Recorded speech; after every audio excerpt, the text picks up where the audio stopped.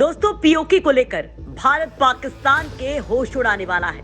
वो कुछ ऐसा करने वाला है जिसके बाद पाकिस्तान चाह कर भी कुछ नहीं कर पाएगा।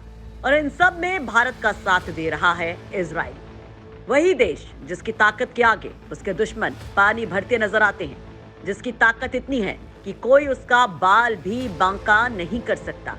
वो अब भारत के साथ मिलकर पाकिस्तान की आंखों के आगे से पीओके को छीन लेने की तैयारी कर रहा है। आखिर क्या करने जा रहे हैं भारत और इजराइल? क्या कुछ होने जा रहा है पीओके में?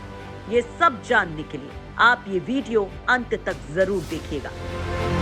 दोस्तों, भारत हमेशा से जो करता है वो डंके की चोट पर करता है। इसकी यही ताकत देखकर उसके दुश्मन पंगा लेने से घबराते हैं। अभी हाल ही में भारत के रक्षा मंत्री राजनाथ सिंह ने कश्मीर में जाकर पाकिस्तान को खुले में ललकारते हुए कहा था कि भारत पाकिस्तान अधिकृत कश्मीर को वापस लेकर ही दम लेगा। इसके साथ ही पाकिस्तान की तरफ से गिलगित और बाल्टिस्तान में मासूमों पर किए जा रहे अत्याचारों के परिणाम उसे भुगतने होंगे। रक्षा मंत्री के साथ साथ भारतीय सेना के उत्तरी कमान के commander lieutenant general Upendra Dwivedi ने खुले में कह दिया कि भारतीय सेना पाकिस्तान के कब्जे वाले जम्मू कश्मीर को वापस लेने के लिए तैयार है। वो भारत सरकार के आदेश का इंतजार कर रही है। सरकार की तरफ से जब भी आदेश होगा, सेना अपनी पूरी ताकत से आगे बढ़ेगी। दोस्तों, जिस तरह से बयान दिए जा रहे हैं उससे साफ है कि भारत में से लेकर कुछ न कुछ चल रहा है, जिसे देखकर पाकिस्तान की हालत खराब होने लगी है। इस बयान को लेकर वो अभी संभल भी नहीं पाया था कि दूसरी तरफ से इजराइल ने यहाँ एंट्री मार दी है, जिससे वो और ज्यादा घबरा गया है। दरअसल इजराइल यहाँ 2 एग्रीकल्चर सेंटर खोलने की तैयारी कर रहा है। ऑर्गेनाइजर्स ने यहाँ आकर विजिट भी करना शुरू कर दिया है। ये एरिया पीओके की सीमा से लगते हुए है। वैसे ये तो एग्रीकल्चर सेंटर भारत के लिए बहुत बड़ी उपलब्धि है, लेकिन इन दोनों एग्रीकल्चर सेंटर के जरिए जम्मू कश्मीर के किसानों के साथ बहुत एडवांस तकनीक शेयर की जाएगी। इजराइल की तकनीक वैसे तो किसी से छिपी नहीं है। इस तकनीक के जरिए इजराइल ने अपनी बंजर और रेगिस्तान से भरी जमीन को इतना उपजाऊ बना दिया कि आज वो कृषि के मामले में आत्मनिर्भर बन गया है। और जब ये तकनीक भारत आएगी तो इसका असर यहाँ की कृषि उत्पादन की दर पर पड़ने वाला है, यानी कि हर तरह से भारत को बहुत फायदा होने वाला है। लेकिन दूसरी तरफ पाकिस्तान ये सब देखकर जलभुन उठा है। वहाँ के आतंकवादी संगठनों ने तो कश्मीरी लोगों को धमकाना भी शुरू कर दिया है। वो कह रहे हैं कि कोई भी इजराइल के इस प्रोजेक्ट के लिए किसी भी तरह का सपोर्ट नहीं देगा। पाकिस्तान की इस हरकत से साफ जाहिर होने लगा है कि वो भारत और इजराइल की दोस्ती से घबरा रहा है। इसका ये डर वहाँ की मीडिया की हेडलाइन में देखा जा रहा है। दोस्तों, जब से मोदी सरकार केंद्र में आई है तब से ही कश्मीर को वापस लेने की बात पर ज्यादा जोर दिया जा रहा है। बात यहाँ तक पहुँच चुकी है कि अगर भारत में किसी ने पीओके को मैप में नहीं दिखाया तो उसे 7 साल की सजा और 100 करोड़ का जुर्माना तक लग सकता है। इतना ही नहीं, भारत ने अभी कुछ दिनों पहले कश्मीर के 9000 फीट के ऊंचे पहाड़ों में एक मेगा ट्राई सर्विस एक्सरसाइज किया था, जिसमें भारत की नेवी, एयरफोर्स और थल सेना ने मिलकर वॉर एक्सरसाइज की थी। आज कश्मीर दुनिया का सबसे बड़ा मिलिटराइज रीजन बन चुका है। इतना ही नहीं, वहाँ के मैरिज हॉल को मिलिट्री बेस की तरह काम में लिया जा रहा है, ताकि कभी भी जंग छिड़ने पर उन्हें काम में लिया जा सके। दोस्तों, भारत कश्मीर को लेकर वैश्विक मंच पर भी खुलकर कह चुका है कि वो इसे किसी भी हालत में हासिल करके रहेगा। अभी हाल ही में एक अंतर्राष्ट्रीय कॉन्फ्रेंस में एक देश ने कहा था कि पीओके के मामले में दोनों देशों को मिलकर बात करनी चाहिए। इस पर विदेश मंत्री एस जयशंकर ने कहा कि हम इस मामले को सुलझा लेंगे, किसी को भी बीच में बोलने की जरूरत नहीं है। दोस्तों, भारत की डिप्लोमेसी का नतीजा कश्मीर में कई देश 52,000 करोड़ का इन्वेस्टमेंट करने की तैयारी कर रहे हैं, और इसमें सबसे ज्यादा इस्लामिक देश हैं, जैसे यूएई, सऊदी अरब।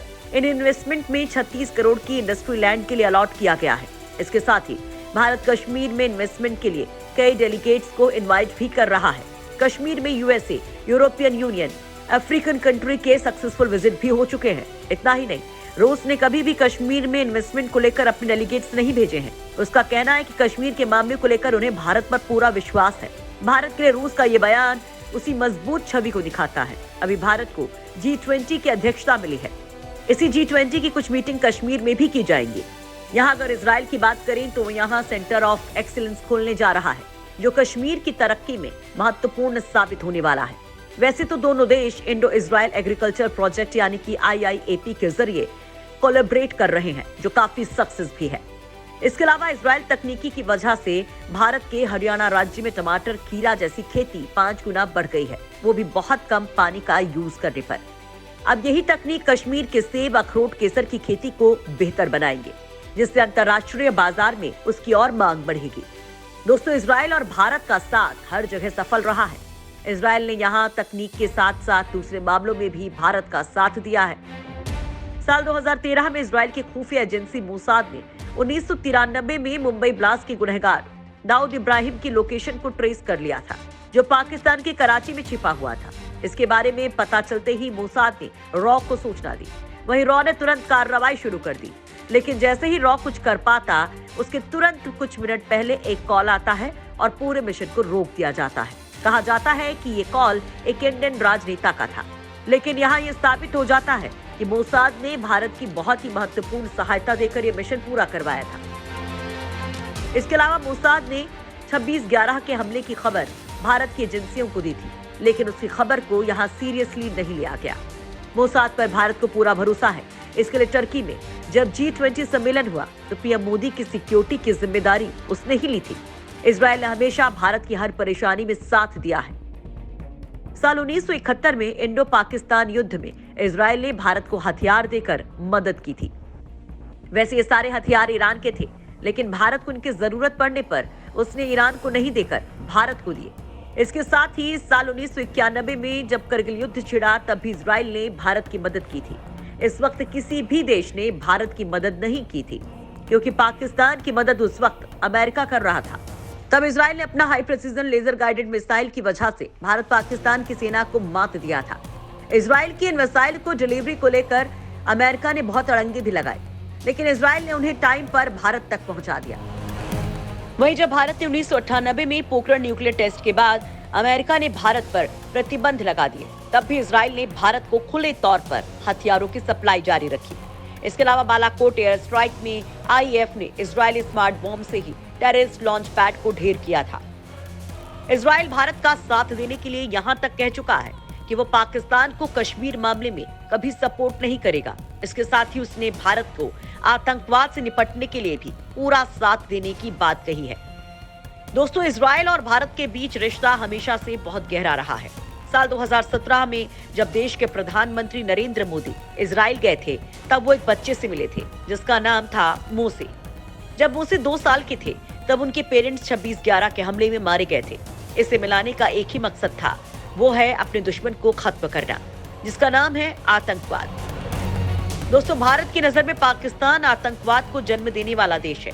इजराइल और भारत मिलकर साल 1980 में पाकिस्तान के न्यूक्लियर रिएक्टर को खत्म करना चाहते थे। तब तत्कालीन प्रधानमंत्री इंदिरा गांधी ने इसकी रजामंदी भी दे दी थी, लेकिन ऐन वक्त पर अमेरिका और पाकिस्तान की खुफिया एजेंसी को इसकी भनक लग गई, जिससे लास्ट मोमेंट पर यह कार्रवाई रोकनी पड़ गई।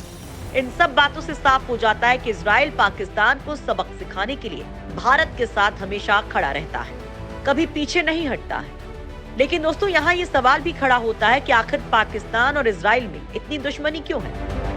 क्यों ये एक दूसरे को देखकर बौखला जाते हैं? कहा जाता है कि पाकिस्तानी पासपोर्ट दुनिया के हर देश के लिए वैलिड है, लेकिन इजराइल के लिए नहीं है। इतना ही नहीं, पाकिस्तान के स्कूलों में शुरू से ही ये सिखाया जाता है कि हिंदू काफिर है और जियो एनिमी ऑफ इस्लाम। इतना ही नहीं, पाकिस्तान इजराइल को देश का दर्जा तक नहीं देता है।